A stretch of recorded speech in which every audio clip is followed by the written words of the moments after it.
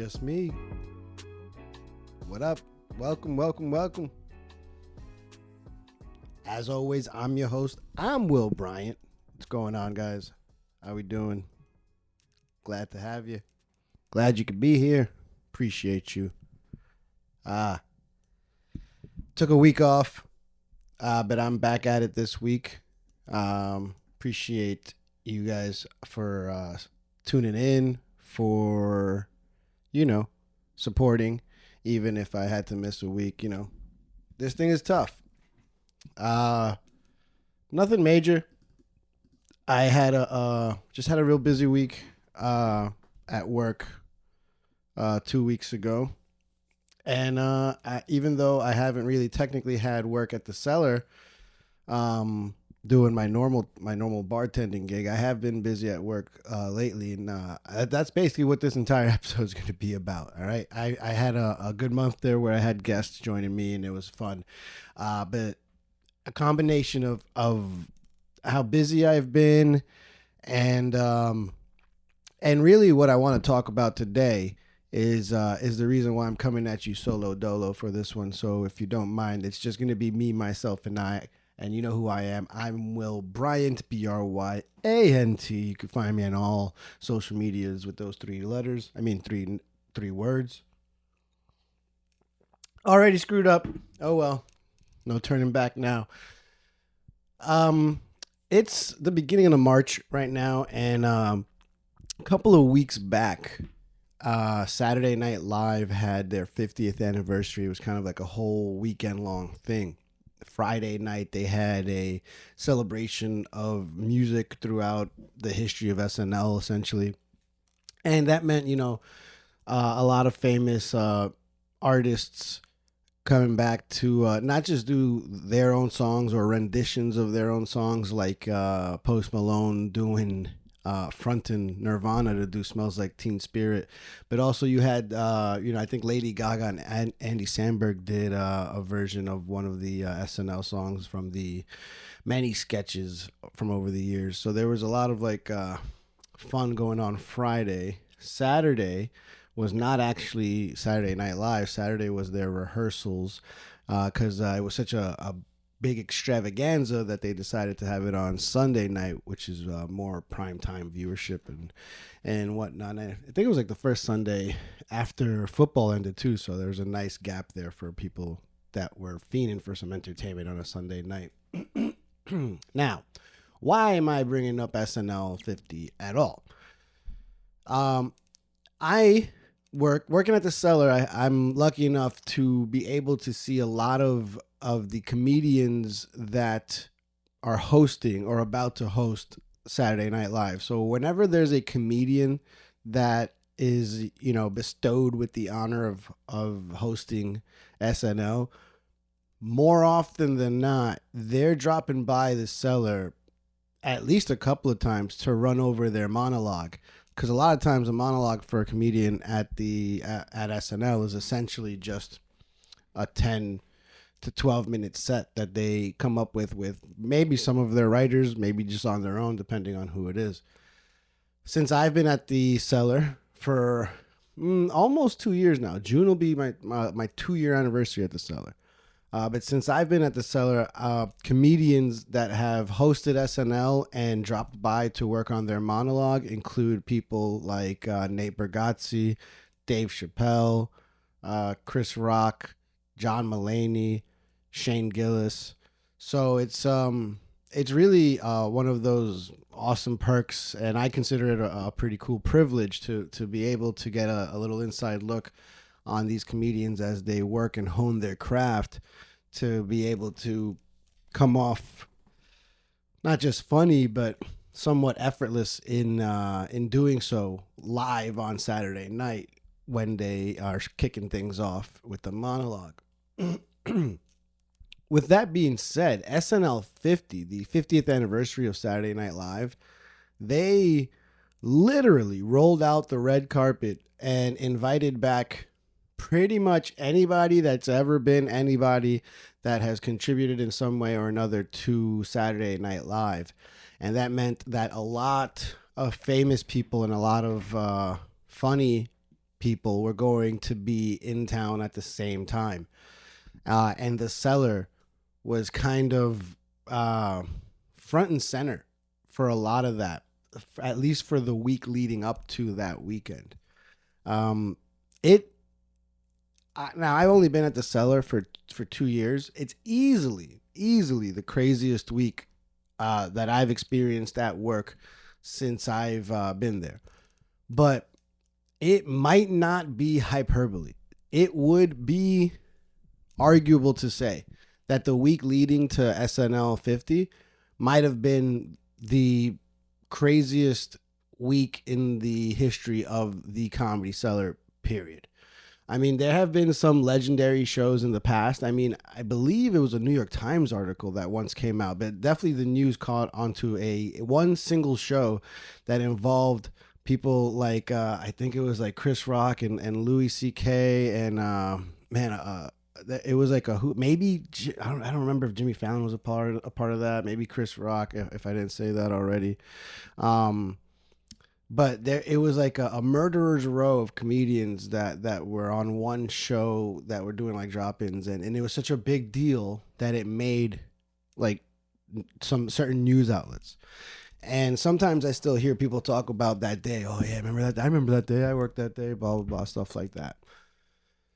If a day like that gets reported in the paper and is, remembered with this like lore from comedians and staff alike, then I've got to imagine the week that just happened leading up to SNL 50 has to, if not be just right up there, surpass it. It kind of started on a Wednesday. Well, maybe all week long. We had a special guest, a surprise guest, doing his own hour before any of the shows even started. So I'm there working. Normally it would be 3 shows a night. I'm there working 4 shows a night, and this started like a row of shows that I did. But either way, Wednesday, I remember. I don't even think it was the last show of the evening. Maybe the middle show or whatever. Our show's going on normal as normal, and it's not out of the ordinary for a bigger name comedian to drop by unannounced. In fact, that Wednesday I was training somebody behind the bar downstairs in the Cellar for his very first day of training ever. And of course, he has a lot of those new guy questions like, oh, do you ever get any big names coming around? Oh, what's it like when they drop by? And the truth is, yes, we do. And if you're a fan of comedy, whatever big names you're thinking of, yeah, they've probably dropped by, So I was telling this new guy that it does happen. It's not rare, but it doesn't happen every day. And then, wouldn't you believe it, one show later, we have, the show's going on normal. Our host brings up our first comedian, our second comedian, and then in the middle of a show on a Wednesday night, up comes Nate Bargatze, because he is in town for SNL 50. And he goes up and he murders. And then directly after Nate Bargatze, ladies and gentlemen, please welcome Chris Rock. And what always happens when a name like these come in, the crowd hears the name announced, like, ladies and gentlemen, Nate Bargatze, ladies and gentlemen, Chris Rock, and they kind of get like happy or excited, but they're not buying it. They're not believing it. It's not until that comedian steps onto the stage and into the spotlight where the crowd goes, holy shit, it really is Nate Bargatze. Holy crap, it really is Chris Rock. And that's when they lose it, And I like that. I really still enjoy that specific part of the job, A lot of times if I'm bartending and some big name drops in, I'll take a little moment to peek out and see the crowd slowly realize that the name announced was not a joke and it's true. This person is here and you are about to see him. And it happened, that Wednesday. And then Chris comes up, he gives Nate Bargatze his flowers, not literally, but he's just saying, wow, Nate's really crushing it these days, really crushing it that day on stage. And then Chris does his thing, maybe 15 or 20 minutes. He does, he kills as always because he's freaking Chris Rock. And then right after that, ladies and gentlemen, Aziz Ansari. And the crowd goes, are you freaking kidding me? Like, did we just get Nate Bargatze back-to-back Chris Rock, back-to-back Aziz Ansari? And yeah, they did. Three celebrity guests just dropped in on a random Wednesday night, and our show continued. Like, once Aziz was done, we still had like another 2 or 3 comedians to go. So that crowd on a Wednesday night for what, $18 cover? I think that's a $15 cover actually on Wednesday nights.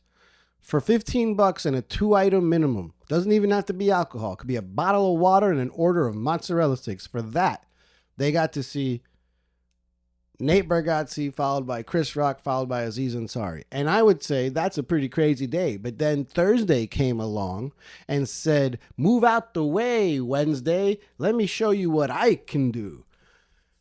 Now, all cards on the table. My account of Thursday night is all hearsay. It's all what I've been told from multiple people. It's what I've heard from coworkers, from staff, from fellow comedians, and what I've heard from a lot of the celebrities themselves who have gone on to talk about it after the fact on other platforms or whatever.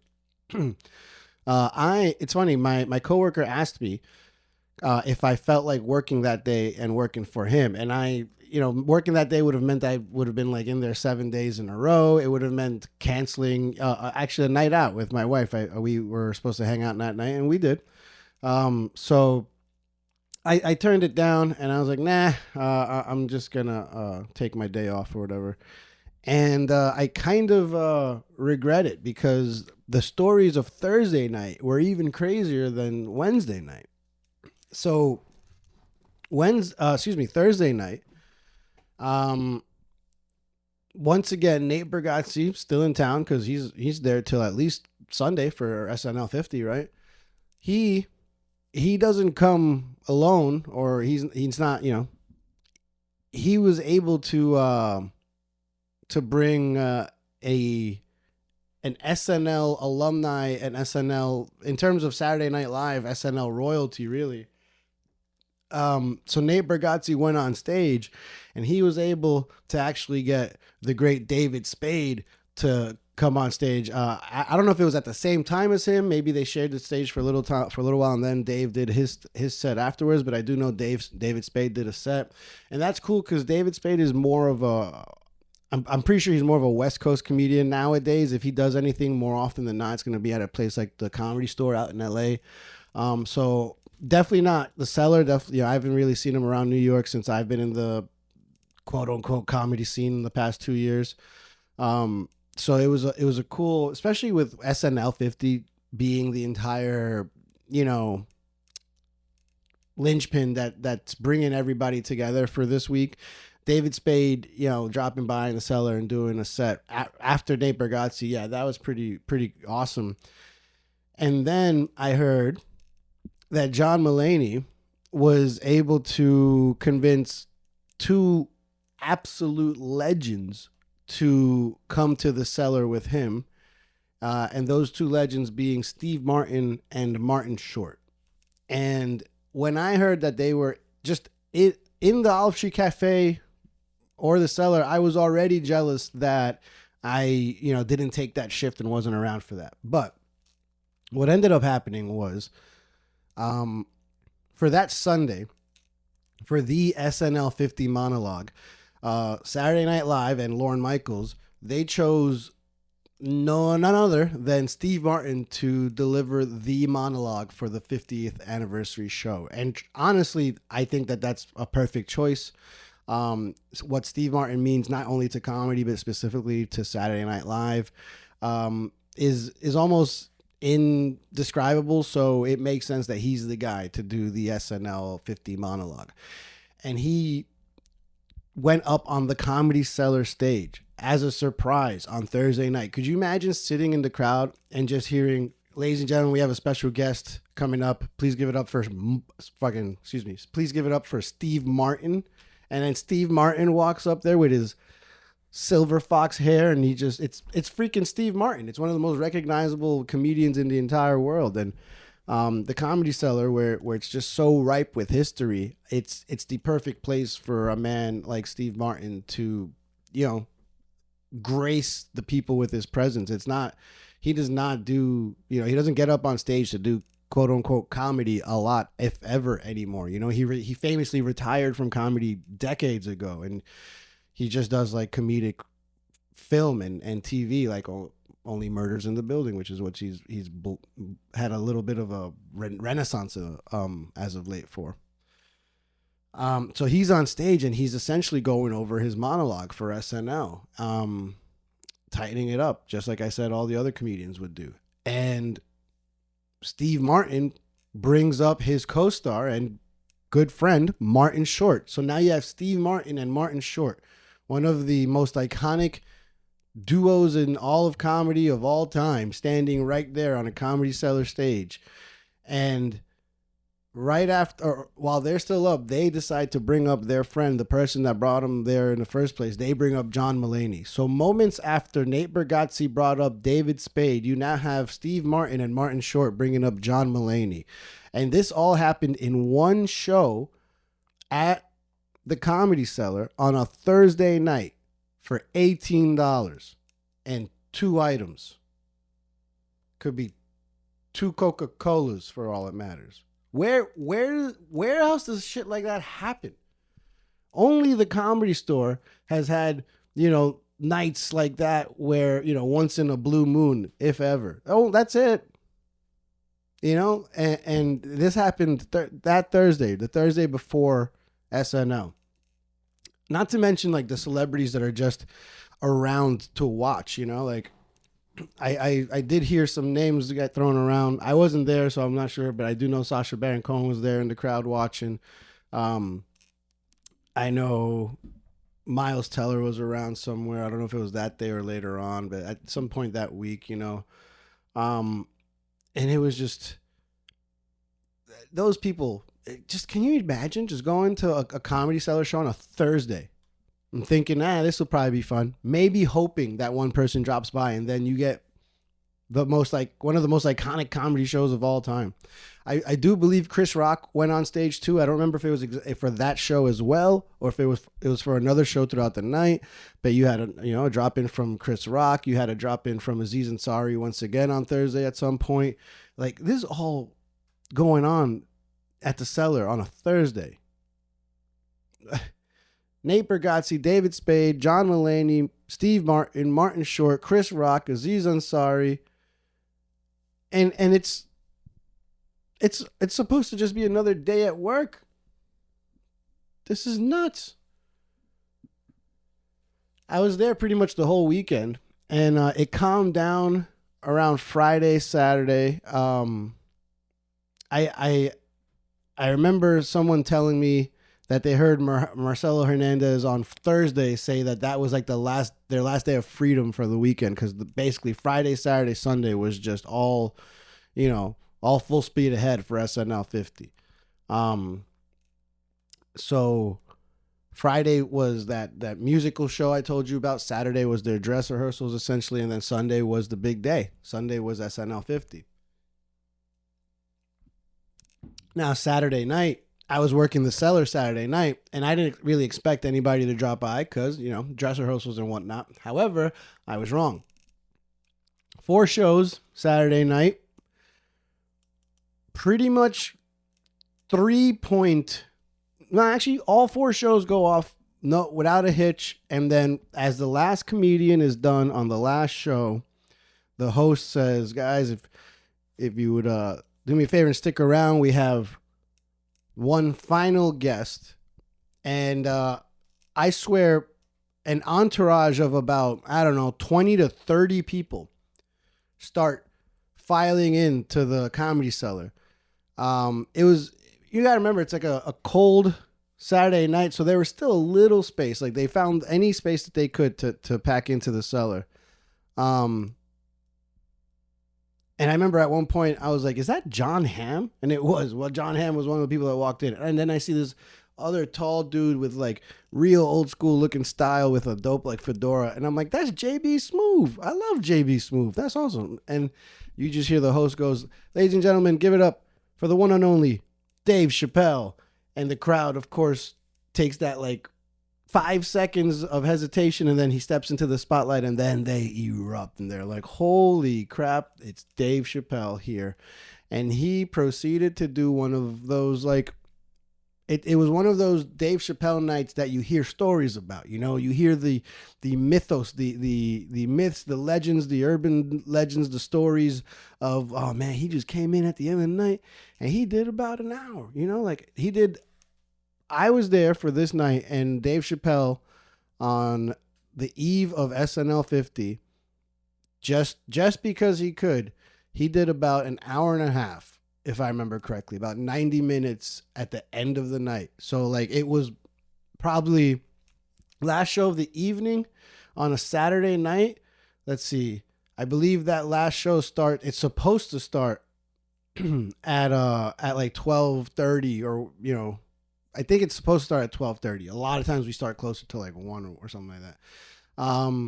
So he didn't get on stage till I'm gonna say 2:30 in the morning, something like that. Maybe a little bit before 2, and he was there maybe around 2:00, 2:15, and he was there for about 90 minutes, and you know, he had that crowd hooked for 90 minutes. Yeah, you know, Dave Chappelle showed why he is Dave Chappelle, why he is perhaps the greatest MC in comedy.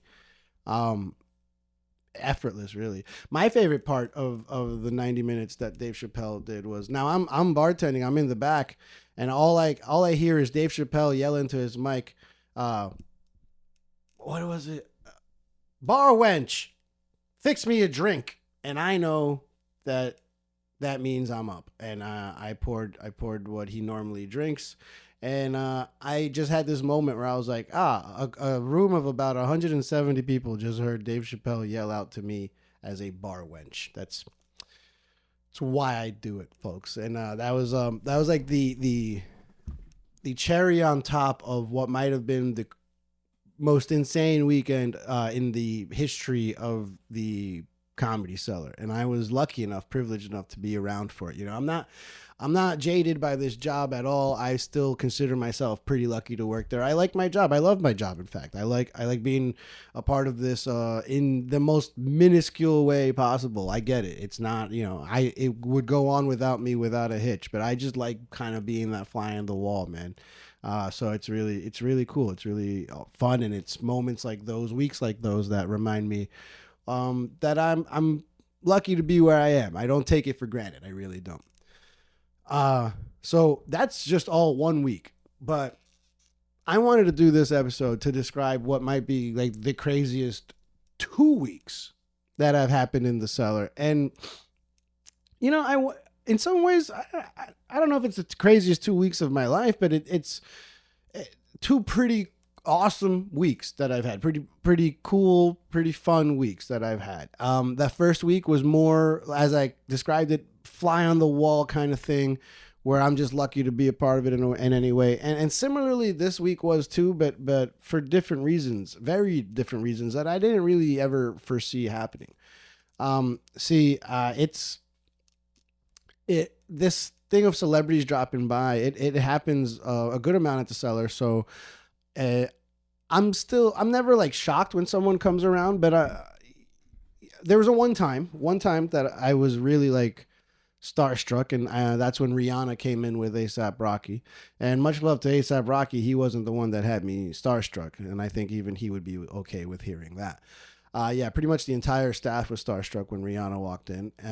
It was like the one time in my life that I've seen like every person in the entire room agree, like, nope, that's a pretty woman. Yep, she's hot. Because no matter what, someone always finds like a flaw or a mistake with like, they weren't all that. They're not. They're prettier in pictures or whatever. Maybe it's Photoshop. Not Rihanna. She walks in and everyone's like, damn, that's it. Can't Photoshop that. That's just beautiful. So that was a little starstruck for that.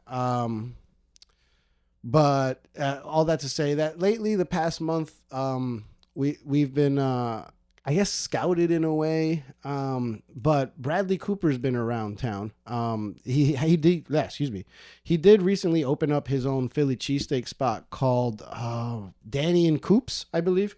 And it's been doing really well. I mean, I've heard that to get a cheesesteak there, you basically have to wait online around a corner or something like that. So I thought at first he was just a really big fan of comedy, and he's been around often because he now has a business very, very close by. It's not like right next door, but it's probably like 20-minute walk from like the cellar to his cheesesteak spot. But either way, but it turns out he was doing more. He was there more for a film and not because he's simply a fan of comedy. Don't get me wrong. He's definitely a fan of comedy. He wouldn't be working on this film if he weren't. But what I'm going to, I guess, divulge about this film is basically only things that I've already read about in other outlets like media or whatever. I'm not going, this podcast is not me dishing out behind the scenes shit in any way. This is me only telling you what happened with me and why this was a pretty fun week, because Bradley Cooper's working on this film. He's directing it, and it's actually the first time, as he said on the Pat McAfee show, it's the first time that he'll actually be like working as a camera operator as well. He even went as far as saying that he joined the union it's assumed that he meant for camera operators, because what I learned in this past week about movies is that everything is very, very unionized, and the union takes everything very seriously. So Bradley Cooper is directing and quite literally filming himself a film that was written by his good friend Will Arnett. And Bradley Cooper did a little revision of the script with Will Arnett and a third person. I believe his name is Matt Chapman or something like that. I'm sorry if I'm screwing up his name. But now the three of them basically have this script for a film called Is This Thing On? Like, Is This Thing On? And it's starring Will Arnett, directed by Bradley Cooper. Bradley Cooper is going to play a minor role as Will Arnett's best friend. It's also starring Academy Award winner Laura Dern. It's co-starring the hilarious Amy Sedaris. That's as far as I'm going to go. I do know about some fun cameos, but I don't know if I can say anything about them yet because I haven't heard anything or seen anything about them publicly, so I won't say that. The entire reason I'm bringing up this film in the first place is because there is a portion of the film that is going to be shot on location at the Comedy Cellar and at the Olive Tree Cafe, both places that I bartend at. And they actually shut down my place of employment, the cafe and the cellar right beneath us, for, I believe, 5 days. They're filming on location for 6 days total if you include one of the locations we have around the corner, the Village Underground. But yeah, the Olive Tree Cafe and the Comedy Cellar, they were filming there for about 5 days, not including the weekend. We went back to work on Saturday and Sunday, but Thursday, Friday, Monday, Tuesday, Wednesday, yeah, they were busy. And what we were told is that Bradley wanted to have the Comedy Cellar atmosphere, I guess, feel as real as possible. And one way he felt he could accomplish that was by offering the actual staff of the Comedy Cellar an opportunity to be in the film as extras playing the staff. So, believe it or not, I got to be in this upcoming Will Arnett Bradley Cooper film, essentially playing myself. Now, let me pump the brakes on a little bit of excitement here. I am excited, and it was a lot of fun. However, I was just a nobody extra in the background. I didn't have any lines, the camera, I don't think ever even pointing directly at me at any point. And in fact, there was a a line or two in the script for the bartender of the Olive Tree Cafe, but that role went to someone that is an actual actor, unlike me.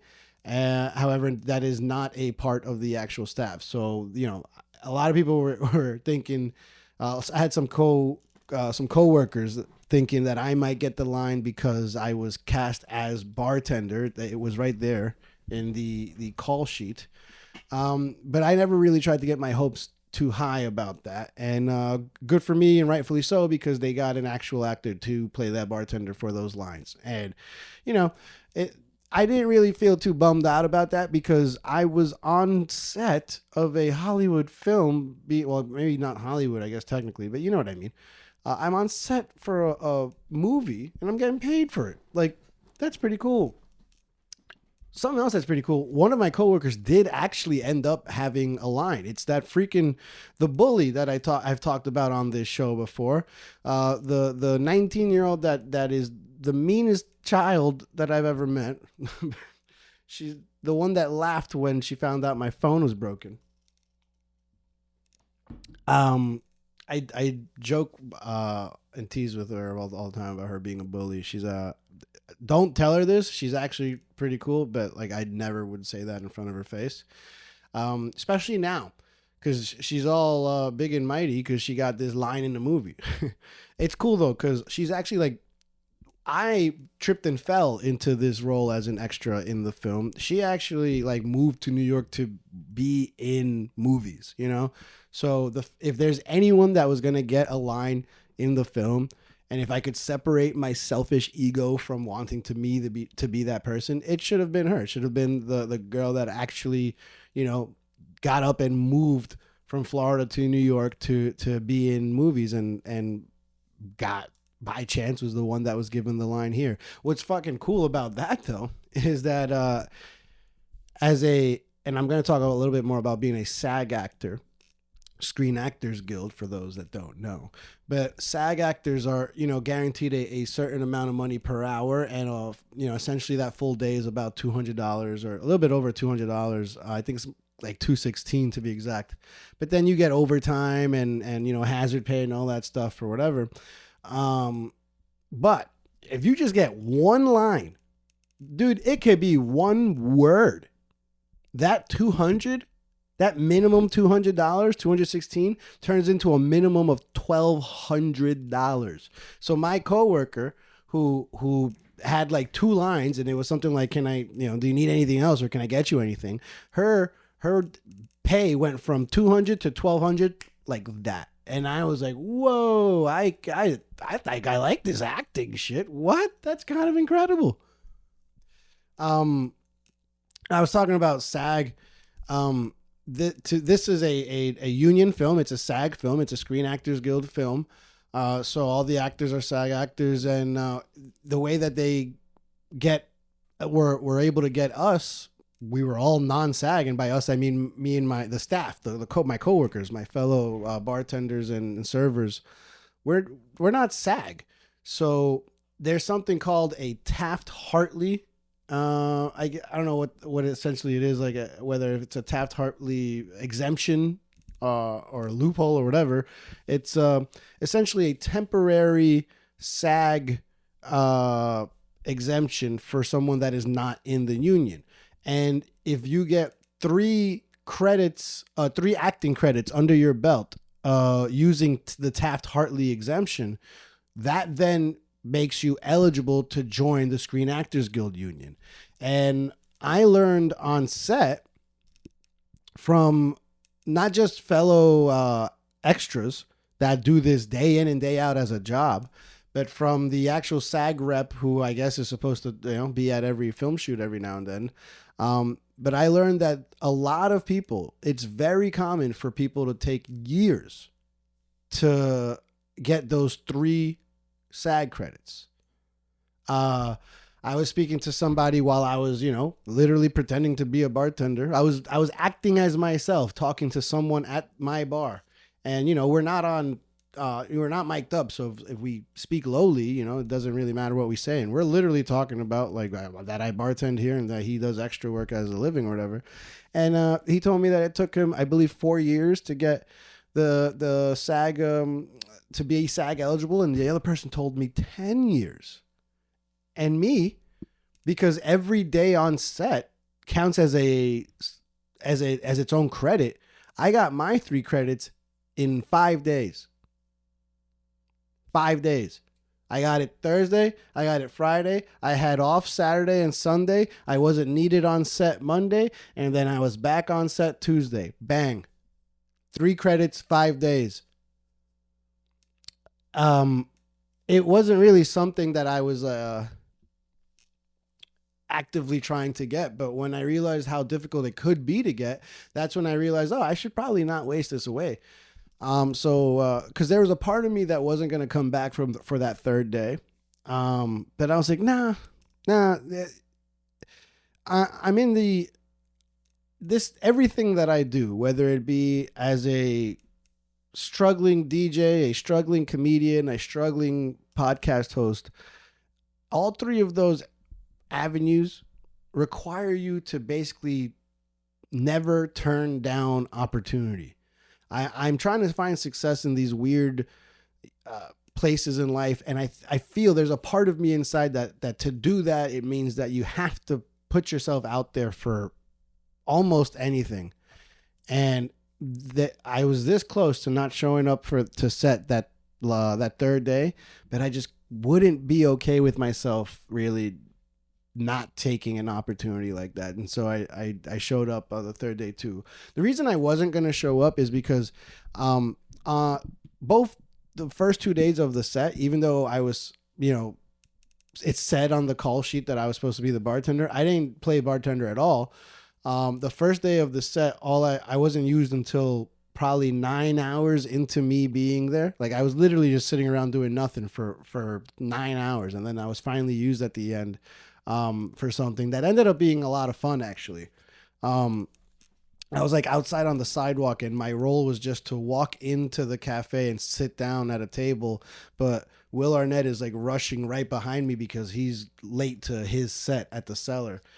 So I got to start off on the street with like Will Arnett a couple of feet behind me, and there's just Bradley Cooper directing me, and big deal Hollywood cameras on the street, and across the street on McDougal, you just have people filming with their iPhones, like yelling at Bradley Cooper, wondering what's going on. And I'm standing there like, what is my life right now, dude? Like I got Bradley Cooper in front of me, Will Arnett behind me. I got people across the street taking pictures of this entire scene because it's a Hollywood movie, so why not? And I'm just waiting for Bradley Cooper to yell action. Like it was a moment where I was like, what is my life, dude? What am I shouldn't be here, but it was pretty cool. But it was rough to not be used for like 9 hours and then at the very end just be used. And it wasn't even for what I thought I was going to be used as. There was a part of me that was like, oh, I would have liked to have been behind the bar and playing myself. But then I had to like just get out of my head and be like, dude, this is pretty fucking awesome regardless. So get over it. Then the next day, it was me with way more coworkers. The first day it was just like me and 3 other coworkers. The second day it was me and like 9 other coworkers. So it was a lot more fun during like the downtime. However, I wasn't used at all. I was there for 12 hours on Friday, and all I did was work on some like content for Instagram on my laptop in what they call satellite holdings. I did not do a single thing Friday. And it was a little bit of a struggle for me to not be completely demoralized by that, because all my friends are like in the Cellar next door being used, and I'm like, well, nothing for me. They cast someone else to be the bartender, a completely different person from the day before, and again, that's a little shot to the ego. But what am I gonna do? I was just like, well, maybe they'll use me as a random, patron towards the end, like they did the day before. But that moment never came at all. And that's why after, having the weekend off and not being needed on set on Monday, on Tuesday, when they did need me on set, part of me was like, why am I going to show up just to not be used again for 12 hours, But I got in my head. I actually started feeling a little bit of anxiety for not showing up. And I was like, no, fuck it. Do it, dude. Just go. Don't be like this. You're pissing away you're literally the most first world problem of all. Can you imagine me bitching to someone that's like struggling to pay their bills or whatever, and I'm here like, yeah, I didn't want to go be get paid to do nothing on a Bradley Cooper film. Fuck that. What the hell? Like, no, I couldn't. I just couldn't do that. And then I realized once I was there that because of overtime, I was getting paid way more than just the $216 per day. And then I was like, oh, thank God I came, because I'm basically paying rent with just 3 days of doing nothing. Thank you, Bradley Cooper. I will never bitch about being an extra again. Being union pays, guys. I'll tell you that. Man, I get why people do this acting shit, man. Because there were moments where, like, dude, I was commuting the same way home that I would normally commute from work, but I was working around the same time, 12-hour shifts. You know, I work at the Cellar 12 hours often. But walking home from doing 12 hours of extra work in a Hollywood film versus walking home from doing a 12-hour shift of bartending 4 shows at the Comedy Cellar, night and day, dude. I was walking. I wasn't tired on my walk home. I wasn't sore. I wasn't sticky from all the drinks I've been shaking. My soul wasn't crushed by the yelling of, you know, drink orders and whatnot. It was nice. It was nice. I remember the first thing that, like, the person in charge on set did was tell me that she found it very important to remember my name. And I was like, wow, I don't think there are people at the Cellar that know my name to this day. To this day. And she did. She remembered my name every time I walked in. And I was like, wow, you do not need to remember my name. So I was glad that I went that third day, because that's the day that I actually did get to stand behind the bar and play myself, you know? I played myself. As I often do. Yeah, so I was back there. My one direction was, what would you do behind the bar if it weren't really that busy? And I'm like, oh, I always try to look busy. It's so no one bothers me. So I got this. Don't worry. I just started grabbing glasses and shining them or polishing them off, and then pretending to have, well, not even pretending to have banter with the 2 people that were sitting at the bar. I was legitimately having conversations with the 2 people sitting at the bar.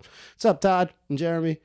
So that was cool. I had my one thing I had to do besides, you know, act like a bartender behind the bar was to give a drink of Jameson on the rocks to my boy Zach Gish, who also works at the Cellar, and he had to hand it to the star of the show, Will Arnett. And it's funny, I didn't even know we were rolling. I was just talking, and then Zach's like, "Will, the drink," and I was like, "Holy shit, I'm fucking up as a bartender in fake life too." So,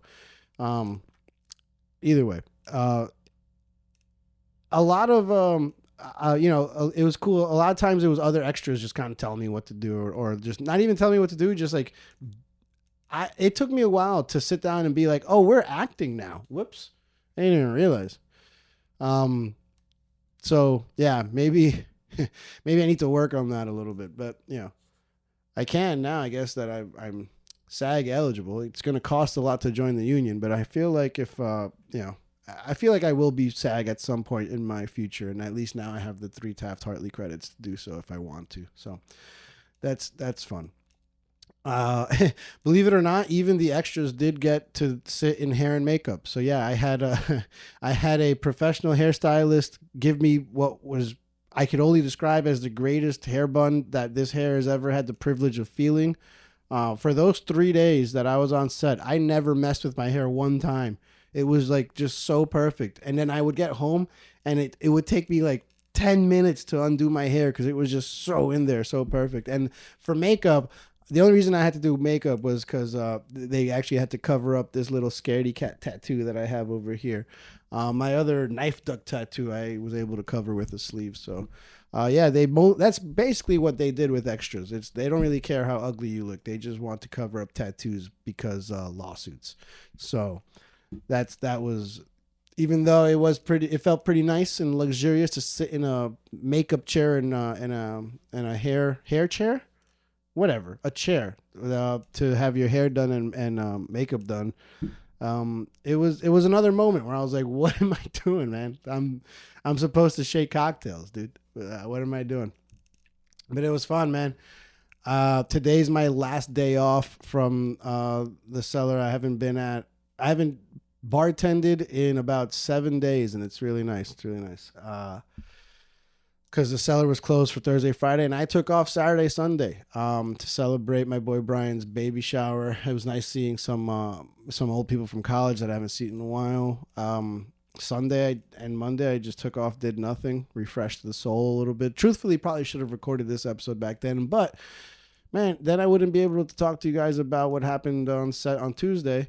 So here I am, pushing this podcast back a couple of days just to be able to give a full story about like what's been going on and been busy, but busy in good ways, and busy for some of the coolest and most unique reasons that I've ever had to give anybody about being busy. So that was a lot of fun, man.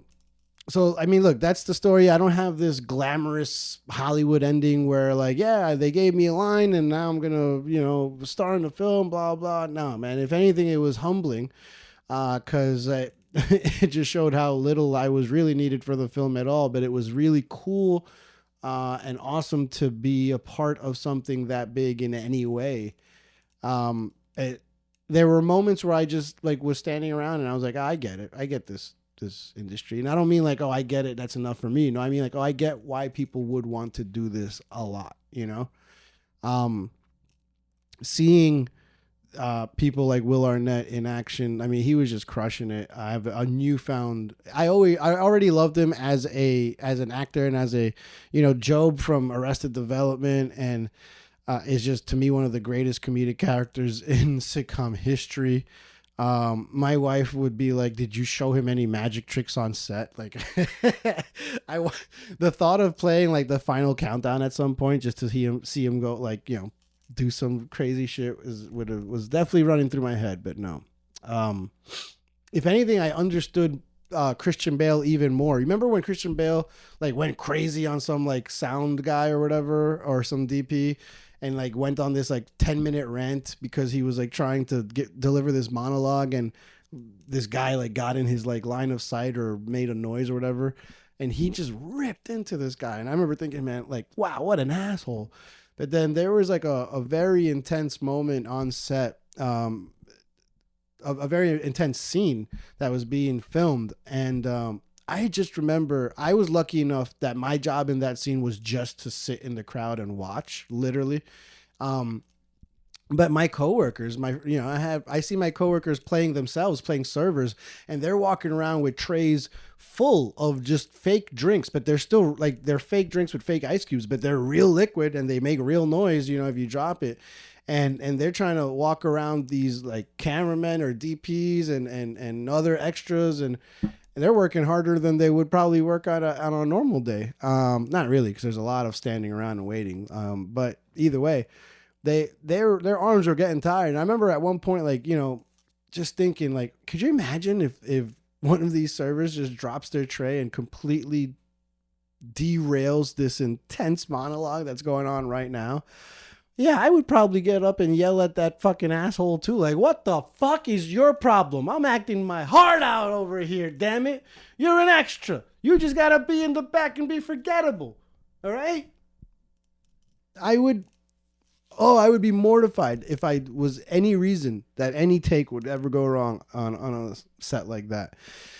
And thankfully, I was not the reason for any cuts or anything like that. Nothing was my fault, and everything went fine. And none of my coworkers dropped any drinks that day. So actually, at least not for that scene. I heard somebody might have dropped something at some point. Idiot. But yeah, no glamorous story here. There is a lot of waiting and doing nothing on these Hollywood sets. If you've ever heard that being on set to film something is a lot of waiting, it is the truth. It is what you do most of the time.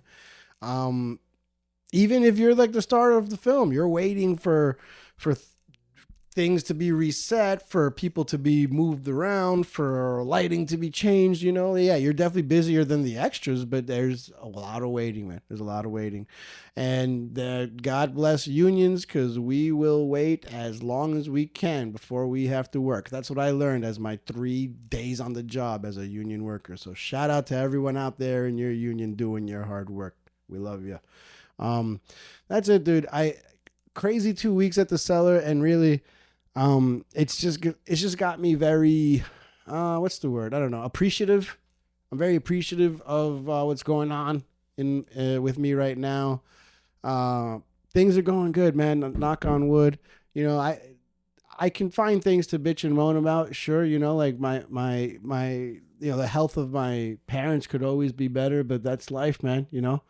As we get older, our parents get older, and you just got to learn how to deal with that. So, yeah, not everything in my life is perfect, but I am very happy with what's going on lately. And I'm just trying to be appreciative and grateful, I guess that's another word that I'm trying to get close with is gratitude and being grateful.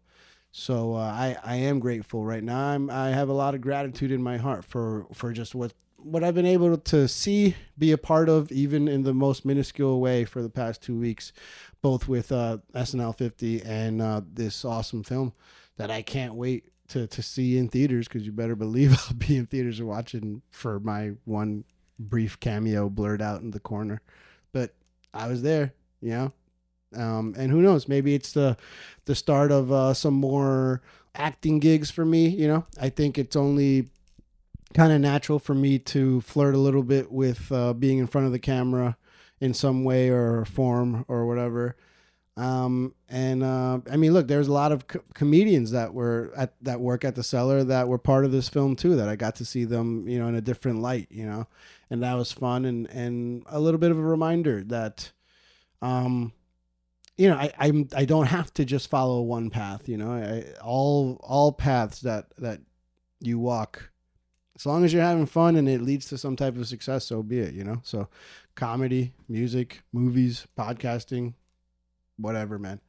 I'm having a good time bartending for now and kind of being the fly on the wall that gets to see and somehow be a part of this cool stuff. And so hopefully one day I'll be a part of it in a more, in a bigger role, But for now, my first gig ever, to be an extra playing myself in a Bradley Cooper film, pretty awesome, and definitely grateful for that, man. And that's all I really got. That's why I wanted to do this show solo dolo, so that I can make it about me, because I had a pretty cool story to tell. At least I thought so. If you didn't, well, go fuck yourself. With that being said, unfuck yourself and do me a favor. Follow me on all platforms. It's very easy. It's just 3 words. I'm Will Bryant. You can follow me on Instagram, YouTube, TikTok, X, Twitch, Spotify, Threads, and I think I might even start a LinkedIn now that I have got this podcast and acting thing going. I don't know. Does it go into my head?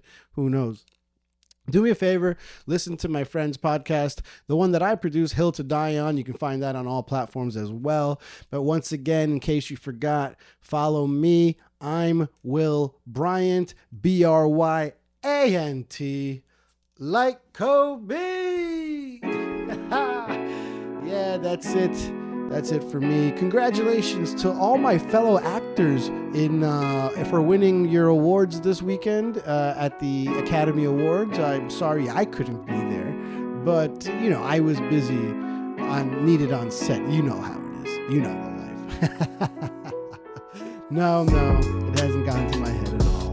Can't you tell? Either way, love you guys, appreciate you guys, and until next time, peace.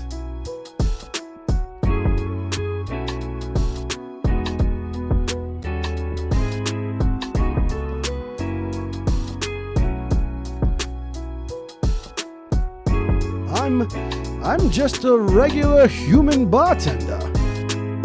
I got to play a bartender in a film. Regular human bartender in a film. That's all I was. From Arizona.